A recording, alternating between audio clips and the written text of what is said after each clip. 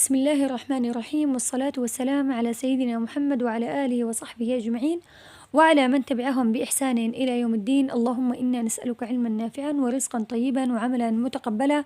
أنا دكتورة سوسن ناجي التميمي، وهذه قناتي. إذا لم تكونوا مشتركين في القناة أرجى الاشتراك وتفعيل زر الجرس ليصلكم كل جديد، وكذلك الإعجاب بالفيديو حتى يصل لأكبر عدد من المشاهدين. طبعا في هذا الفيديو إن شاء الله سأحدثكم عن فحص مقاومة الإنسولين، يعني ما هو الفحص اللي أعمله عشان أعرف إنه عندي مقاومة إنسولين أم لا.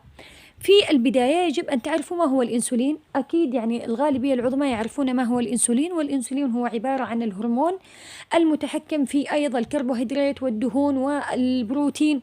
يعني الإنسولين ليس فقط دوره إنه له علاقة بالسكر فقط، لا، الأنسولين مهم، يعني هرمون مهم جدا، ولكن يعني الذي أريدكم أن تعرفوه إنه الأنسولين هو الهرمون الذي إذا انعدم أو يعني نقصت مستوياته يدخل المريض في ماذا؟ يدخل المريض بمرض السكر.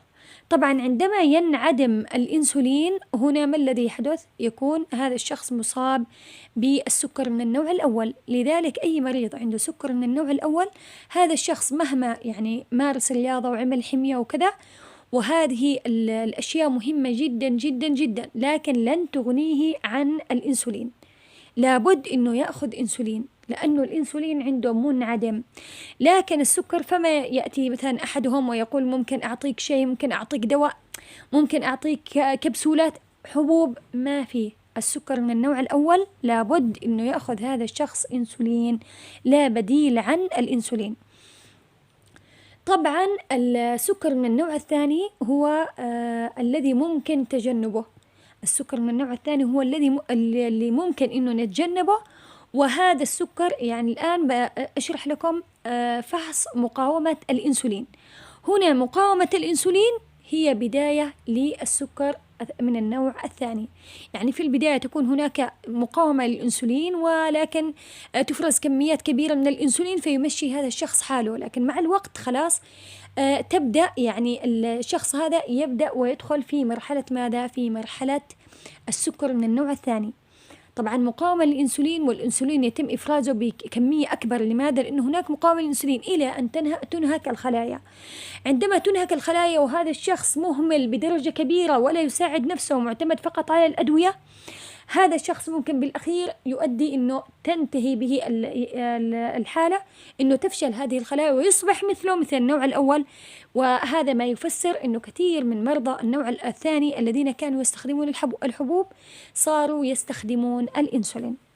طبعا كذلك هنا نقطة مهمة أريد أن أنبه عليها. هناك أشخاص يعني مهملين جدا لوضعهم الصحي، ولا يمارس رياضة ولا عامل حمية ولا شيء، معتمد فقط على الإنسولين.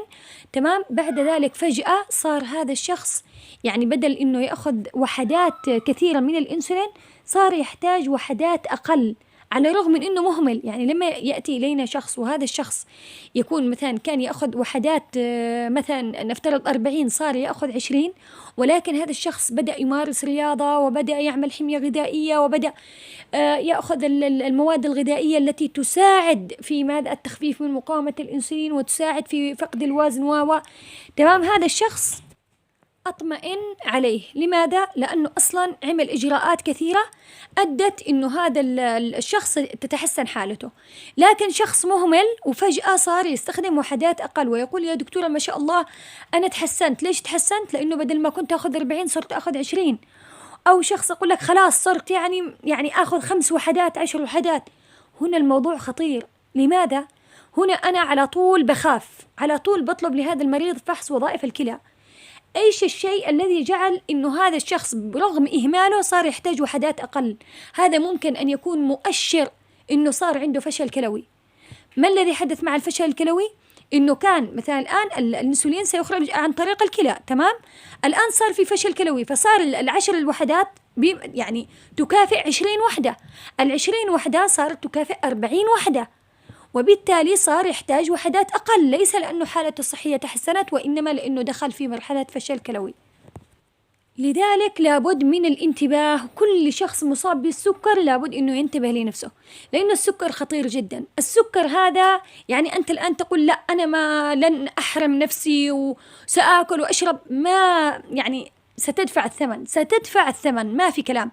أنت السكر عندك مش مضبوط، مهمل لنفسك، مهمل لغذائك، مهمل للرياضة، معتمد فقط على الأدوية، أو بعض الناس حتى الأدوية لا يأخذها، مستهتر معاند، لا بتدفعها. أنت في طريقك للعمى، لجلطات القلب، لجلطات الدماغ، للفشل الكلوي، لكل المصائب. أي إصابة، أي التهاب فطري ممكن يدمرك، أي التهاب بكتيري بسيط ممكن يؤدي إلى بتر رجلك حتى يعني من أعلى الفخذ، يعني شيء مرعب مرعب إلى هذه الدرجة. لذلك لا تعاند، مريض السكر لا تعاند، أنت يعني الخسران الوحيد، أنت ستدفع الثمن. دخلت يعني أنا أريد الآن إنه فهمتم الآن، وصار هناك خلفية في معلومات مهمة أردت إنه أقولها في هذا الفيديو. سأشرح لكم الآن فحص مقاومة الإنسولين. هذا الفحص يسمى هوما آي آر.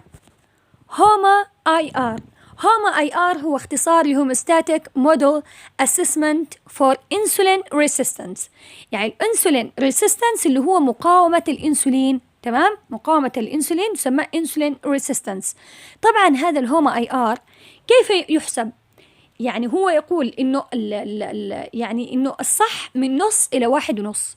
إذا كان الهوما آي آر طلع أكثر من 2، هنا أنت عندك مقاومة الإنسولين، تمام؟ طيب كيف يحسبوا هذا الهوما آي آر؟ يعني إذا حسبت السكر، سكر الصيام، يعني الفاستنج بلاد شوجر، حسبت سكر الصيام، احسب كمان الفاستنج انسولين، يعني كمان سكر الصيام وانسولين الصيام، يعني الانسولين في حالة الصيام، والسكر في حالة الصيام عندما يكون السكر بماذا؟ بوحدة ملي جرام لكل ديسيلتر، لأن هناك يعني أكثر من وحدة. تأخذ سكر الصيام تضربه في انسولين الصيام، تمام؟ تضربه في انسولين الصيام وتقسم هذا الرقم اللي بيطلع، تقسمه على 405. إذا طلعت النسبة أكثر من 2، هنا في مقاومة إنسولين. إذا النسبة أقل يعني من 2 أو من نص إلى 1.5، هنا يعني طبيعي، ما في أي مشكلة. أتمنى أن تكونوا قد استفدتم من الفيديو، وفي أمان الله.